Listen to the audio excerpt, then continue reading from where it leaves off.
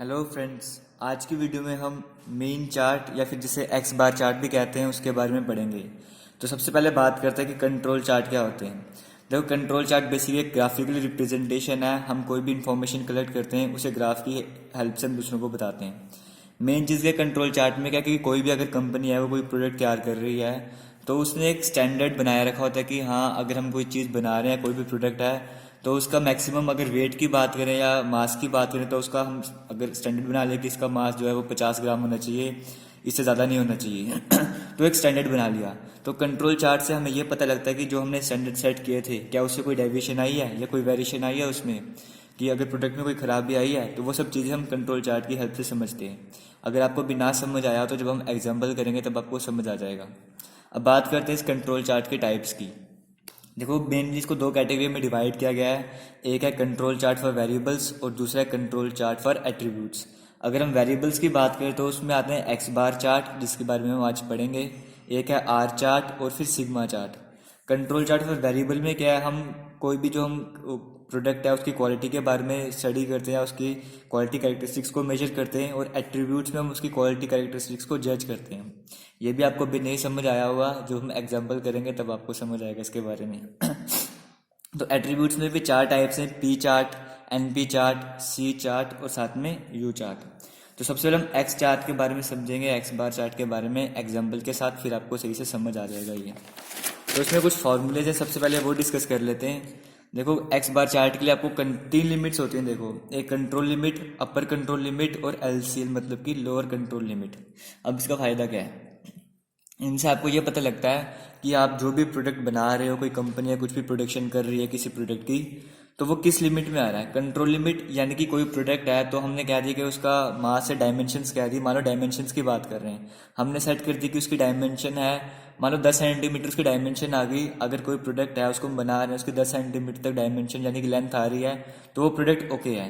तो हमने बात कर ली उसकी कंट्रोल लिमिट है कि हाँ 10 सेंटीमीटर तक बन जाए तो ठीक है। अब हम बोलते हैं कि चलो 10 सेंटीमीटर ना बना तो अगर वो 12 सेंटीमीटर तक भी चल जाए तो ओके है प्रोडक्ट। वो हमने एक अपर कंट्रोल लिमिट सेट कर दी कि हाँ मैक्सिमम ये जो है प्रोडक्ट वो 12 सेंटीमीटर तक जाना चाहिए, तो वो आ गई अपर कंट्रोल लिमिट।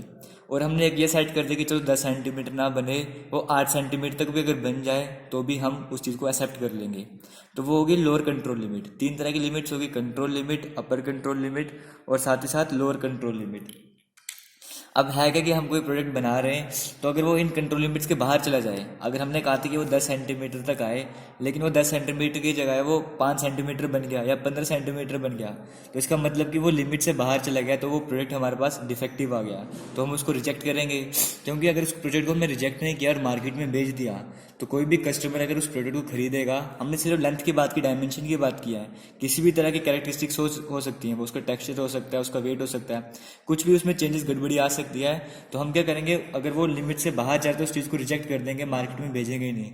अगर मार्केट में भेज दिया और कस्टमर ने वो चीज़ खरीद ली, आपकी कंपनी कितनी भी अच्छी हो, एक बार प्रोडक्ट बेकार निकल गया तो कंपनी का नाम खराब हो जाता है। तो कंट्रोल चार्ट मेनली उसी चीज़ पर फोकस करता है कि अगर कहीं पर गलती हुई है तो उस प्रोडक्ट को मार्केट में भेजना ही नहीं, उस सैंपल को मार्केट में भेजना ही नहीं है। और जिस दिन गलती हुई है वो पता लग जाएगा किस दिन गलती हुई थी, फिर उस पर कुछ एक्शंस लिए जाएंगे ताकि वो दोबारा से गलती ना हो। तो अब इस एग्जाम्पल लेंगे तब और क्लियर हो जाएगा। देखो, कंट्रोल लिमिट का फॉर्मूला निकालना है, अगर बेसिक फॉर्मूला वो है एक्स बार। एक्स बार के आपके पास सैंपल होगा, सैंपल के मीन का एवरेज जो है वो एक्स बार।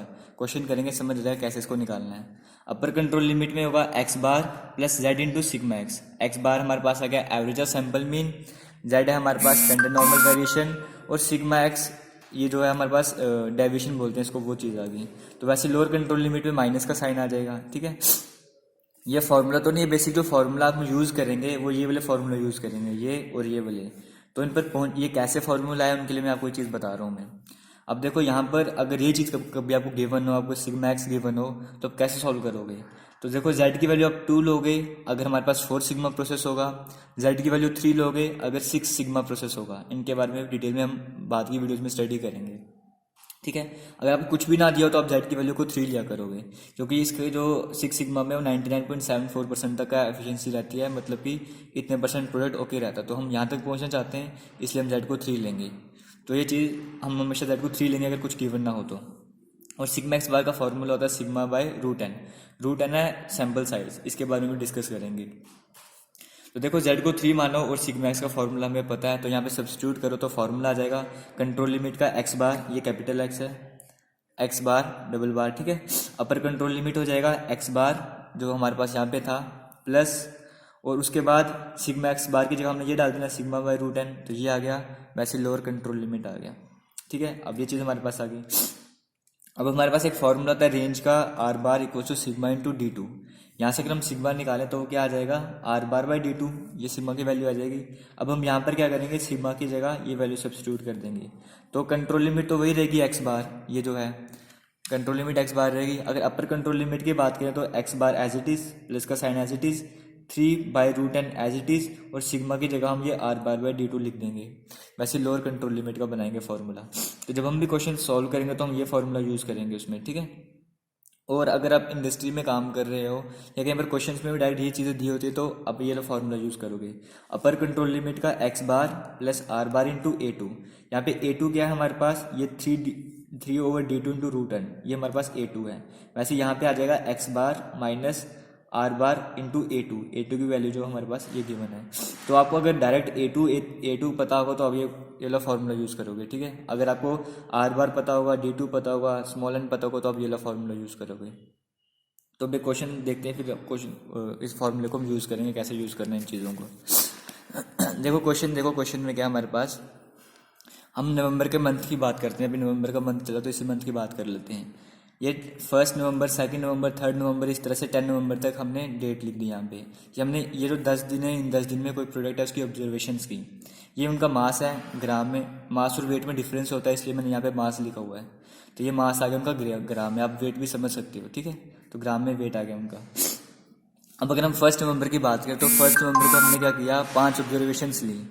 तो 5 ऑब्जर्वेशन में हमने देखा कि पहले दिन जो हमने ऑब्जर्वेशन ली थी उसमें पहले दिन की जो 5 ऑब्जर्वेशन ली थी, पहले ऑब्जर्वेशन में कोई भी प्रोडक्ट था या सैंपल में जो प्रोडक्ट था उसका वेट आया या मास आया 504 ग्राम, 504 ग्राम।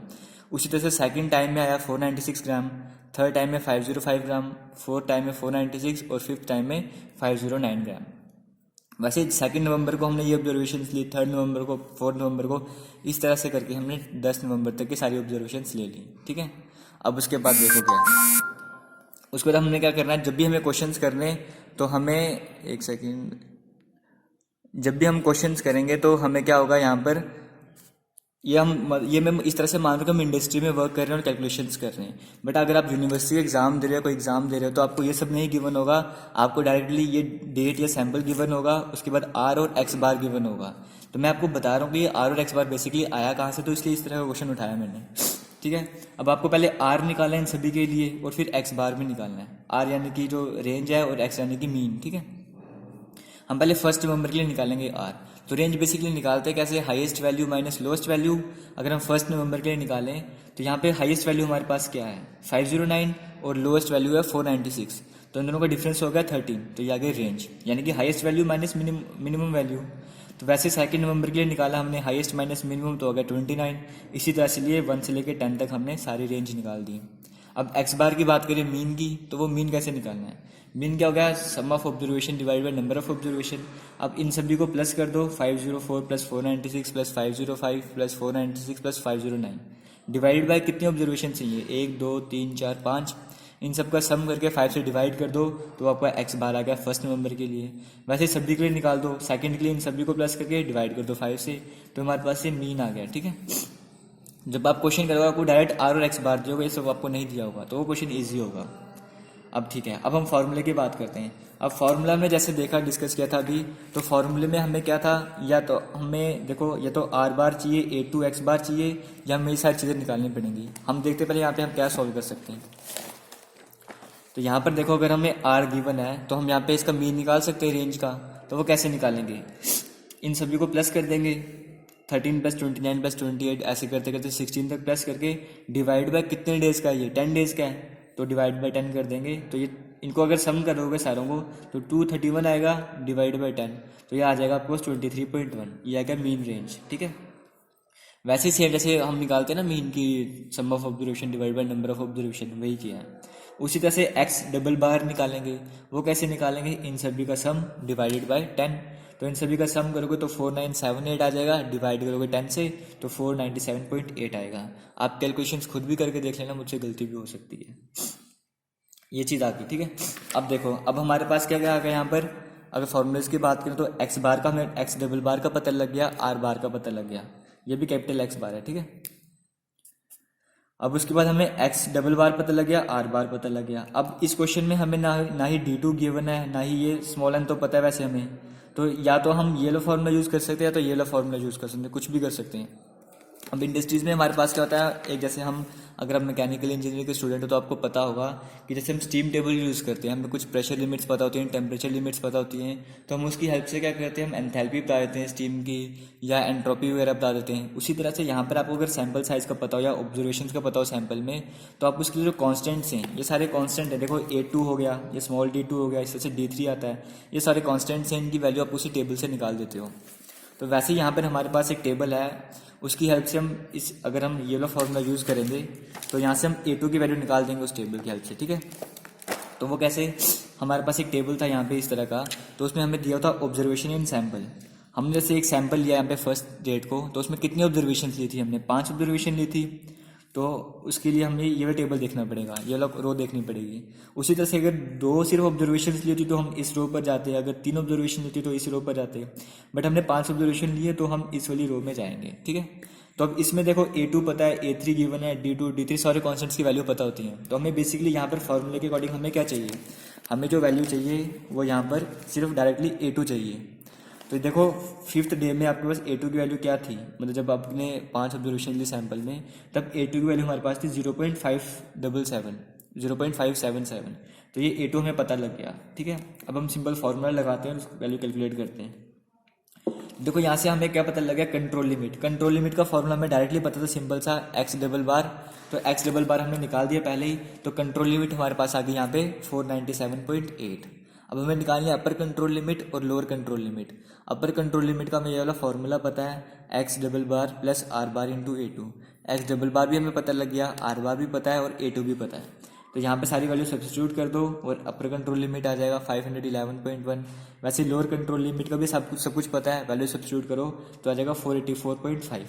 अब हमारे पास आ गया कंट्रोल लिमिट भी आ गया, अपर कंट्रोल लिमिट भी, लोअर कंट्रोल लिमिट भी। अब हम ग्राफ बनाते हैं और उसे समझते हैं क्या हुआ इससे। देखो हमारे पास 3 लाइनों में बना दी, एक हमारे पास कंट्रोल लिमिट की लाइन आ गई, एक अपर कंट्रोल लिमिट की और एक लोअर कंट्रोल लिमिट की, ठीक है। कंट्रोल लिमिट अभी हमने निकाला 497.8, लोअर कंट्रोल लिमिट हमने निकाला 484.5 और अपर कंट्रोल लिमिट हमने निकाल दिया 511.1। अब हमने क्या करना है, इसका ग्राफ बनाना है। वो कैसे बनाएंगे, देखो ये सारी वैल्यूज़ हैं। देखो यहाँ पे तो ये वैल्यूज़ गिवन थी, ये वाली सारी एक्स बार की 502, 504, 50498। तो पेज पलटने के बजाय मैं क्या करूँ, इन सारी वैल्यूज़ को मैंने आगे नोट किया हुआ है, सीक्वेंस में से सीक्वेंस में नोट किया हुआ है। तो ये मैंने इन वैल्यूज़ को आगे सीक्वेंस में नोट किया हुआ है, ठीक है। अब देखो हम क्या करेंगे, अब हमारे पास 10 दिन के लिए हमने किया था, 1 नवंबर से लेकर 10 नवंबर तक के लिए। तो मैंने यहाँ पे वही लिख दिया, 1 नवंबर, 2 नवंबर, 3 नवंबर, यानी कि 10 तक लिख दिया। अब सबके लिए मैं निकालूंगा एक्स बार। देखो सबसे पहले कैसे निकालूंगा, 1 नवंबर को क्या था हमारा एक्स बार 502, मतलब 502 था। ये 2 नवंबर के लिए, 3 नवंबर के लिए, 4 नवंबर के लिए, इस तरह से 10 नवंबर तक है। अब 1 नवंबर के लिए हमारे एक्स बार था हमारे पास 502। तो देखो यहाँ पे 502 कहाँ पर आएगा, ये 498 के करीब करीब है, तो यानी कि 502 यहाँ के ऊपर आएगा। तो ये आएगा हमारे पास फर्स्ट डे के लिए।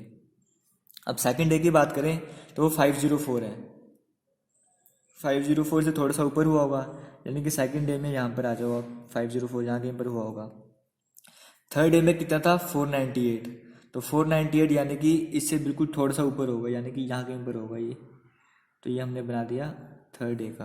वैसे फोर्थ डे के लिए 500 है, तो 500 कहाँ पर होगा, ये तो 502 ये रखा था हमने, तो थोड़ा से भी और नीचे कर लो यहाँ पे, ये हो गया 500। अब वैसे ही फिफ्थ डे के लिए कितना है, ये first second third fourth, fifth के लिए 473 मतलब कि यहाँ पे तो इससे भी डाउन आ जाएगा, यहाँ कहीं पे नीचे की तरफ आएगा ये। फिर उसके बाद आ जाओ 499 मतलब कि इससे थोड़ा सा ऊपर होगा ये, यहाँ कहीं पे आएगा 499। फिर आ गया 494 इससे थोड़ा नीचे होगा 497 से। फिर 509 तो हमारा यहाँ पर होगा कहीं पर। फिर 501 497 से थोड़ा ऊपर चले जाओ, यहाँ कहीं पर होगा। फिर 498 है तो 498 दोबारा से यहाँ कहीं पे इसके आसपास होगा। तो ये हमने क्या बना दिया, जो हमारे पास ये मीन था, मीन की वैल्यू हमने सारी इस टेबल में बना दी है। अब इन्हें ज्वाइन कर लो आप एक बार, तो इस तरह से ज्वाइन कर लेते हैं। चलो ये